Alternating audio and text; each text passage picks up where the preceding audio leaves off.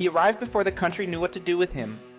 On March 8, 1974, Jobriath appeared on NBC's The Midnight Special dressed like a message from the future.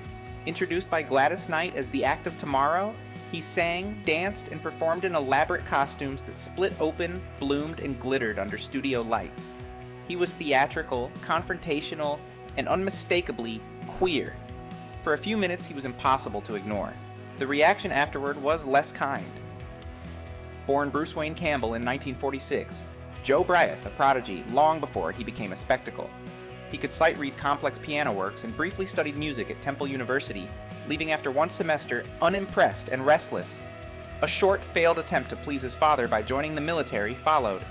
Music, not discipline, was the only constant. He reinvented himself repeatedly, first in California, then on stage in Hair, where fellow cast members wondered why someone so gifted wasn't headed for the concert hall.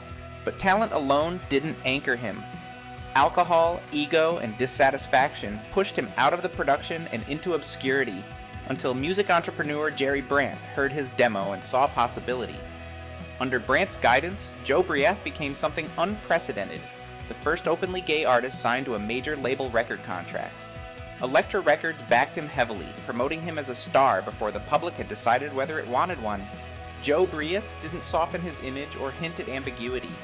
"I'm a true fairy," he said, rejecting coyness in favor of declaration. His 1973 debut album blended glam rock, cabaret, funk, and classical structure. It was complex, witty, and vulnerable. Critics were divided. Audiences were colder.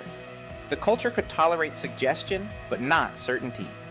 The hype collapsed faster than it had formed, and the backlash followed.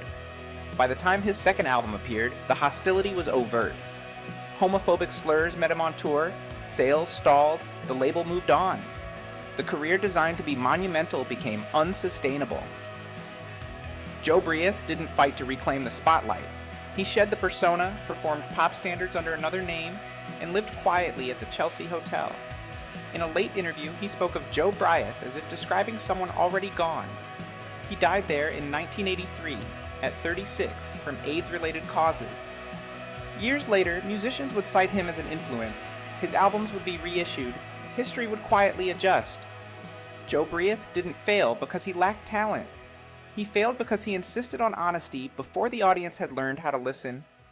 What remains is simple. He said it out loud first and paid for it.